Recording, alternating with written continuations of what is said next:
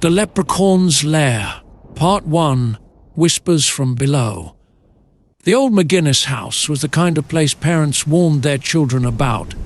It sat at the edge of town, decrepit and crumbling, long forgotten after the last McGinnis died decades ago. The yard was overgrown with weeds, and the windows were grimy with dust and age.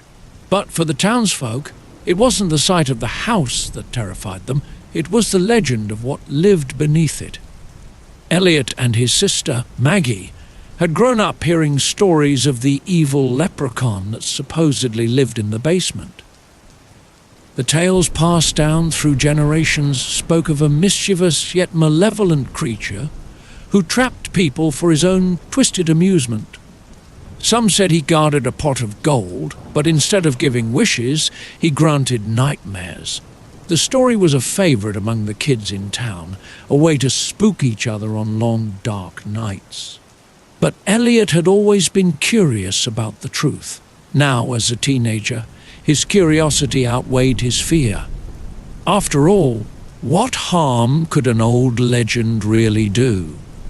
"Come on, Maggie," Elliot said one autumn afternoon as they stood in front of the old McGinnis house. "Don't you want to know if it's real?" Maggie, a year younger than Elliot and far more cautious, hesitated. "You've heard the stories, Elliot. They say anyone who goes into that basement never comes out the same." Elliot rolled his eyes. "They're just stories. We'll go in, take a quick look and leave. Nothing's going to happen." But even as he said the words, a chill crept up his spine. There was something unsettling about the house, a heaviness in the air that pressed down on them as they approached. Still, his curiosity drove him forward. They pushed open the rotting front door, and it creaked loudly, echoing through the empty house. Dust swirled in the air as they stepped inside, their footsteps disturbingly loud in the silence. The house was even more decrepit inside than it appeared from the outside. The floors were sagging and the wallpaper was peeling, revealing mold and decay beneath. "Are you sure about this?" Maggie whispered, clutching her flashlight. Elliot didn't respond. His eyes were fixed on the door at the far end of the hallway, the door that led to the basement. His heart pounded in his chest as he approached it, the air growing colder with every step. "Here we go," he said, gripping the rusted doorknob. The door swung open with a groan, revealing a narrow staircase that descended into the darkness below. A foul, musty odour wafted up from the basement, and Maggie gagged. "That smell," she muttered. "It's like something died down there." Elliot shone his flashlight down the stairs, but the beam barely penetrated the thick shadows. He swallowed hard, his excitement now laced with a creeping sense of dread. "Let's just go down, take a look and get out of here," he said, more to reassure himself than his sister.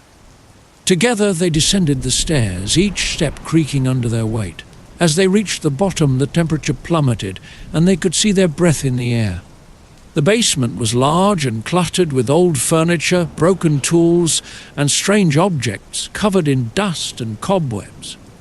But it wasn't the clutter that caught their attention, it was the large wooden chest in the corner, its surface carved with strange symbols. Part 2, the chest. Elliot felt an inexplicable pull toward the chest, his flashlight flickering as if reacting to its presence. He approached it cautiously, his heart racing in his chest. The symbols carved into the wood were intricate and foreign, unlike anything he had ever seen before. They seemed to shift and twist in the light, as though they were alive. Maggie stood behind him, her unease growing with each passing second. "Elliot, let's leave. This place gives me the creeps."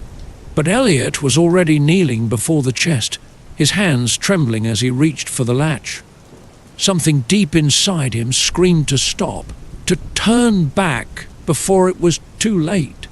But curiosity won out. He lifted the lid.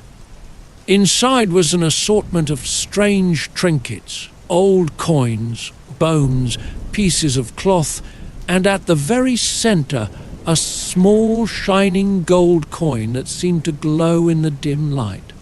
"What is this?" Elliot murmured, reaching for the coin.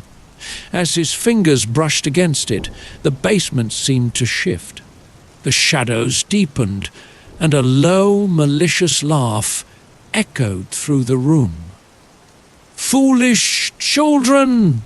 a voice rasped from the darkness. Elliot and Maggie froze. The voice was thick with malice, each word dripping with cruelty. Slowly, they turned toward the source of the sound. Standing in the corner of the room was a small figure, barely taller than a child, but twisted and grotesque. His skin was greenish and leathery, his eyes glinted with malice, and his teeth were sharp, yellowed points. He wore a ragged coat and a torn hat, and his long fingers drummed against his side impatiently. "You've disturbed me gold," the creature hissed. "And now you'll pay the price." Part 3. Trapped. Before they could react, the basement door slammed shut behind them, and the room plunged into darkness. Maggie screamed, but Elliot grabbed her hand, pulling her close as they fumbled for their flashlights. The lights flickered back to life, revealing the leprechaun standing directly in front of them, his grin widening. "You think you can just walk in here, take what's mine, and leave?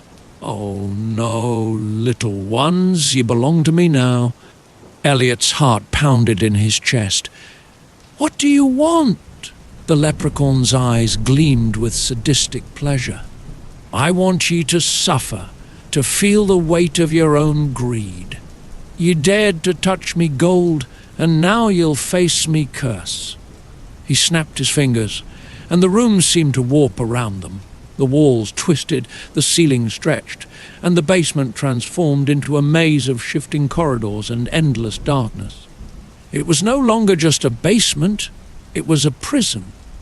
Maggie clutched her brother's arm, her voice trembling. "Elliot, what's happening? I don't know," he stammered, glancing around in desperation. There had to be a way out. There had to be. But the leprechaun's laughter followed them wherever they went, echoing off the walls, taunting them. "You'll never leave, little ones. You're mine now." Part 4. Escape or surrender. For hours or perhaps days, they couldn't tell anymore, Elliot and Maggie wandered the maze, searching for an exit. But no matter which direction they took, they always ended up back where they started.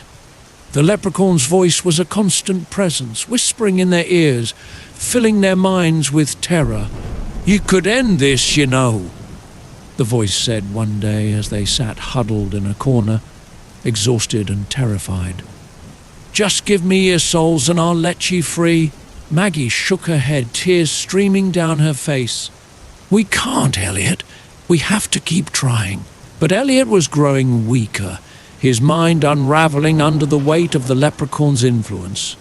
Maybe we should just give up." "No," Maggie cried, grabbing his arm. "We're going to get out of here." Together, with renewed determination, they pressed on, refusing to give in to the leprechaun's twisted games. They would not let him win. Finally, after what felt like an eternity, they stumbled upon the chest once more. This time, the leprechaun was nowhere to be seen. The gold coin still lay inside, gleaming in the dim light. Elliot stared at it, realization dawning. This coin, it's the key. He reached for it again, but Maggie grabbed his hand. "No, what if it's a trap?" Elliot hesitated, then shook his head. "We don't have a choice." He picked up the coin, and the world around them shifted once more. The basement returned to its original state, the maze gone, and the door at the top of the stairs stood open. But as they raced toward freedom, the leprechaun's voice echoed behind them one last time. "Ye may have escaped me, but the curse will follow ye. Wherever ye go, I'll be there, waiting." And with that, the McGinnis house fell silent once more. But Elliot and Maggie knew the leprechaun's words were true. They had escaped his lair, but they would never truly be free. For as long as they lived, the leprechaun would haunt their nightmares, lurking in the shadows, waiting for the day when they would slip up. And he would claim what was rightfully his, the end.